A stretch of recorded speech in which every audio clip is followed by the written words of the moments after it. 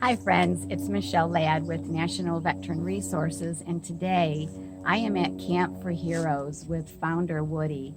And I can't wait to describe this haven that Woody and his team has created for our veterans and first responders that suffer with PTSD and all of the issues that come along with that. And I'm going to let him explain a little bit more about what they do here.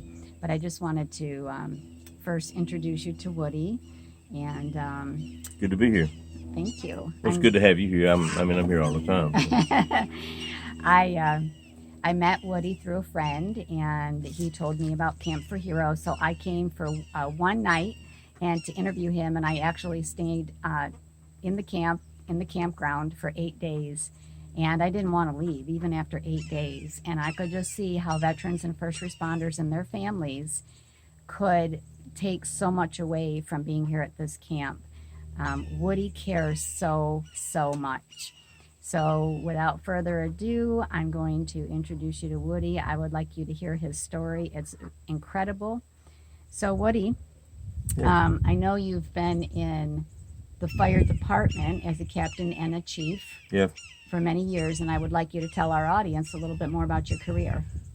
Well, I worked in Raleigh, North Carolina for 28 years as a fire captain there, and I was building the North Carolina Fallen Firefighter Memorial. We were working on it and started in 1999 actually, and in 2001 we were getting ready to start breaking ground and doing some stuff to build the memorial, and then 9/11 happened. So we changed gears and wanted to help our firefighters in New York. So I was asked to be the liaison from North Carolina to New York after 9/11. And I've been up. My last trip to New York was my 219th trip to New York since 9/11. Wow. But I went to 47 either funerals or memorials of the fallen firefighters of 9/11. And it's been quite a journey. During that time, for 17 years, let me get a little bit ahead of myself, but that's where in New York is where I met Gary Sinise. And Gary and I, about 14 years ago, became very good friends, and I actually became an ambassador to his foundation. But for a long time, in South Carolina, for 7 years, we did the Lieutenant Dan Band Weekend.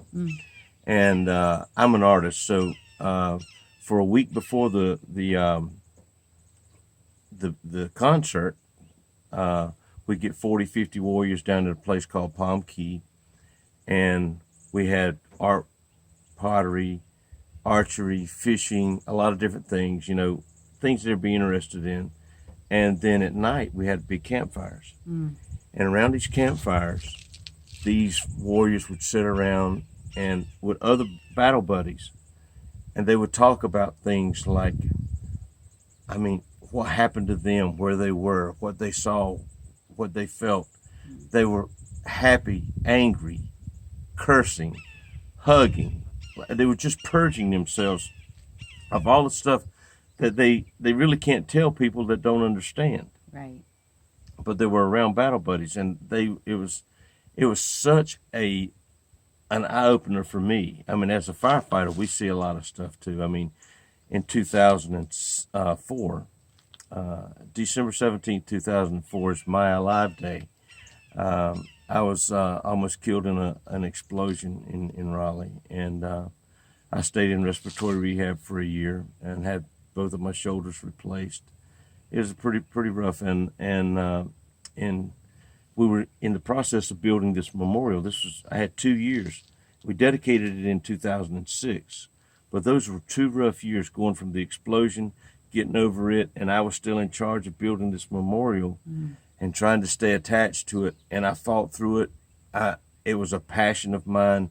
I wanted to honor these firefighters that had been killed in the line of duty. I wanted the families to have a place to go to where they know that their loved one is being honored. And it was so hard because I was dealing with stuff inside of me that I didn't even know what it was. In 2006, May 6, 2006, we dedicated the memorial. And then after that, for some reason, I went straight downhill. I was suicidal in November of 2006, and in 2007 I was diagnosed with PTSD, and only 4 months ago I've been diagnosed with a traumatic brain injury. But I knew something was going on. But when I had a great psychiatrist, and she was totally professional, and instead of putting me on a lot of medication, she says, "What is something you love to do?" And I said, well, what are you good at? And at that time, I felt like I'm not good at nothing. You know, I was a professional singer, and I couldn't sing anymore at that time. I was having a lot of breathing troubles. I've got COPD from the accident, but I really feel like God was molding me now. I'm looking back on it to do what He left me here to do. But going through all that, you know, I dealt with the anger. I dealt with the seclusion that I just wanted people to leave me alone. And then I wanted to speak to someone, and when I found someone to speak to, I didn't want to talk to them. It was weird. It was like all these different emotions going on inside of you. You have nowhere to vent it, so you just kind of say, "The heck with it," you know. I'm done. Well, this doctor says, I said, "Well, I'm an artist. I'm a painter. I'm a sketch artist. I can draw." And I said, "I'm not very good at it, but." You know, she said, "Well, you just finished building the memorial." May I stop you for a minute? Yeah. Where can I've seen the memorial, guys. It is beautiful, and I'm so proud of you. Can you tell them where they can visit the memorial? It's in Nash Square, Raleigh, North Carolina. It's at the corner of Dawson and Hargett Street. It's right across the street from Central Fire Station #1 in Raleigh, North Carolina. Thank you for sharing that. I wanted to make sure that I didn't forget about that, because he took me to see it, and you've got to go visit it when you're in the area. Well, I'm sorry. And that's fine. And then, so she said, "Well, you just finished building the memorial. Why don't you draw the memorial or paint it?" Who wouldn't want to have a picture of the painting that you drew and of the memorial that you helped build, or, you know, you were the project director building? And for some reason, it just, something triggered in my brain. Well, you know, that's a good idea. And it got my mind off of me and off of I said, well, maybe I can do something. Maybe there's something in my life I can do. And she was so smart, because I never would have thought of that. And so my brain went totally towards that. So I got to busy working. I took an art class in oil painting for a year. Wow. Just to paint this memorial in oil. Wow. And then I was drawing it the whole time, because it's a hard memorial to draw. I mean, I've been drawing them my whole life, but it's in the center of the square, so everything has to be symmetrical. And drawing a circle and getting everything just right, it was kind of tough. But I figured it out, got the drawing done, and by the time I got the drawing about the way I wanted it, I was finished my 1-year art class. You know, so I started painting it, and it just flowed. And so a prints of my painting are in fire departments, in a lot of fire departments all over North Carolina. There's one in my RV. Yeah, that's cool. I carry it with me. But it's but art, and I can literally say art saved my life, because it gave my focus somewhere else, that made me feel like there's something else I can do. I did other paintings. I did a painting of Gary Sinise and the Lieutenant Dan Band. I have that too. And we had Bill O'Reilly was doing a big fundraiser for the Gary Sinise Foundation, so we auctioned it off that night at the fundraiser, and it brought $100,000 for that one painting. I couldn't believe it. I mean, I was one of the MCs at this fundraiser. I couldn't speak. I cried for 50. I said, I got to pull myself together, because it was like something that I did can help. All that money went to help wounded veterans. You made a huge difference. All of it, and everything that I've done. A great friend of mine, Richard Holtz, he's a wealthy man in Seattle, Washington. He saw a painting I did of Mike Nicholson and Matt Lammers. They were hugging each other at the 9/11 memorial in their wheelchairs. Both of them are triple amputees. And he said, "If you will let me have it." I'm just going to hold this. He said, "If you'll let me have that painting, I'll donate $100,000 to help wounded veterans." So I'm thinking, oh my God, I can't believe this. So God, I mean, it's not that I'm that great a painter. It's not. He is. Do But not. Are but you? Don't ever I say mean, that.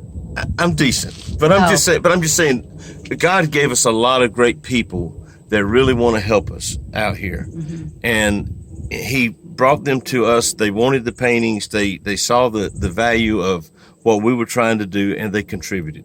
And God bless them. God bless them for it, because it's amazing. And so I just that's kind of got me from point A to point B. But working at Palm Key and seeing these warriors and the difference it made in their life, and then we stopped doing it. The Independence Fund does a lot of great work, but that particular part of it, they stopped, and I wanted to continue it. I thought, we do it once a year, hmm so why can't we have a place where these warriors can come 365 all year long and enjoy tranquility. If they want to learn a trade, if they want to get away, if they want to do a craft, if whatever they want to do, we've got blacksmithing here, we've got art classes, we've got music, piano, voice lessons. My son does all the voice lessons and stuff here, and I do the artwork. Oliver across the street's our blacksmith. He does all our blacksmithing, and we've got a lot. And we're trying to build the infrastructure now. I've got 3 log cabins. The third one's almost finished. We've got a lodge. We've got horses. We've got chickens. We've got ducks. ducks. Uh, we've got cats. I mean, it's just a great farm. Easy. No more roosters. No more roosters. Got chickens. We pick up eggs every morning. We get about a dozen a day. Oh wow. And so, but it's just we've got a pier that goes out on our lake. We got a 10-acre lake, a lot of fish, good fishing, good hunting. This is not a fishing and hunting camp. This is a healing camp. But while you're here, if you want to fish or hunt, that's quite all right. Mm. But we're not labeled as another hunting camp. This is a place where you can come and start the healing process. I've lost so many. We do the largest Christmas and Super Bowl party at Walter Reed every year, and we sponsor that, and we've been doing it for 17 years. Mm. So I've met just about every wounded veteran out there, the severely wounded veteran that's out there. So they know me, they know Danny Prince, they know all the New York City firefighters. We started going and doing that, and so a lot of them have come here. We've had right at 300 people come here. We haven't actually officially opened yet, but I swore the day I bought this place I would never turn anybody away. They're always welcome here. And we've had about 300 people come here in the last two and a half years. And once we open, we're going to be having events every week. We'll have art one week. We'll have culinary classes. We'll have music classes. We'll have voice lessons, guitar lessons, blacksmithing classes, welding classes. We've got a summit coming up. We're going to have a 6-week course in construction. So if someone wants to go into construction field, they can come spend 6 weeks with us and go through our course, and they'll be certified to do what they want to do. So there's a lot going on here. We thank all the people that has helped us and been a part of this. Thank you. It's a great vision, and everything that's done here is done with our hearts and our souls. I'm a firefighter, so we're known for the bravest, not the brightest. So I'm not saying I'm the smartest man in the world when it comes to this, but I do know love, and I do know honor, and I do know respect. And that's what this camp is all about: love, honor, and respect. And that's what we will do to every warrior that comes through our doors. And we love them. We appreciate them. We know what they've given up for our country. And those that don't stand up and be a part of what we're doing, I don't see how they cannot, because it's just so important that these guys stand on their feet, get their lives back, and know that there's an America out there that appreciates them and wants them. Amen to that. So I'm going to be staying here a few days, guys. So I'm going to be taking lots of photos. I'm going to be sharing everything that there is here. As I said, I came here 8 days. Actually, the story is I came with the 24-foot RV. Sorry, my tripod died on me. 24-foot RV. And after going into one of the fifth wheels here, I decided I need a lot more space, and I was going to travel a lot more and help as many veterans and first responders as I could. And so that's Woody actually inspired me. He took me to a lot of his meetings. That's where I met Bobby and Tom, and I saw Scott and Matt and Alicia and Kathy and, oh gosh, Crystal. And he just inspired me. They all inspired me. So as I stay here, I'm going to take photos. I want to show you around this whole place, and I encourage you to come and visit. I do have a couple already coming that I told about. I tell a lot of people about the camp, but you, my friend, inspired me to do more, and I thank you for that. No, I And thank you for what all the stuff you're doing, going to, traveling and doing your mission and getting the word out about all the different. You see, I'm not in competition with any No. nonprofit, anybody. No. I think anybody out there helping our wounded veterans, give me a call. I'll help you do whatever you need to do. This is a great camp, and we need all the support we can get. We need all the help we can get. But at no point would I ever put any other nonprofit down, as long as they're working to help our veterans, because that's what it's all about. That's right. That's all I care about. Getting these guys and girls to where, and they're our heroes, to where they can be on their own again and enjoy life again, and realize what, a lot of these, they don't even realize what they have done for us. Right. Keeping us safe. Right. And when we reiterate it and it finally sinks in, they realize, I am worthy. They get to where they don't feel like they're worthy. That's right. And they don't have a mission. Well, it's just like Boone Cutler said, they got to create that mission. They've got to create a mission to restart their life and reboost their life to where we can, they can turn around and make a big difference in other people's life, not only in theirs. And that's what our goal is to turn their lives around and give them a new direction. And I love to see these guys that have been so far down in the dump, to see them smile again, to relax again, and say, I love it. It's peaceful. I love it. And it's tranquil. And this is my place. And this is their place. This is not my place. Right. God allowed me to be the caretaker here. But this is our warriors, our firefighters, police officers, and our wounded veterans' place. I'm only the caretaker here. And this is their place. He makes me speechless sometimes. Can you tell them how to contact Camp4Heroes if they want to come and visit? Yes, they can. Go online. It's Camp, the number 4, Heroes, Heroes. Don't forget to put the E in Heroes, because it's a lot of people don't do that, and Heroes without the E is a sandwich. So camp4heroes.org. Write us, and we have Facebook also. You can talk to us on that. Now, we try to accommodate as many as we can until we get our infrastructure all in place.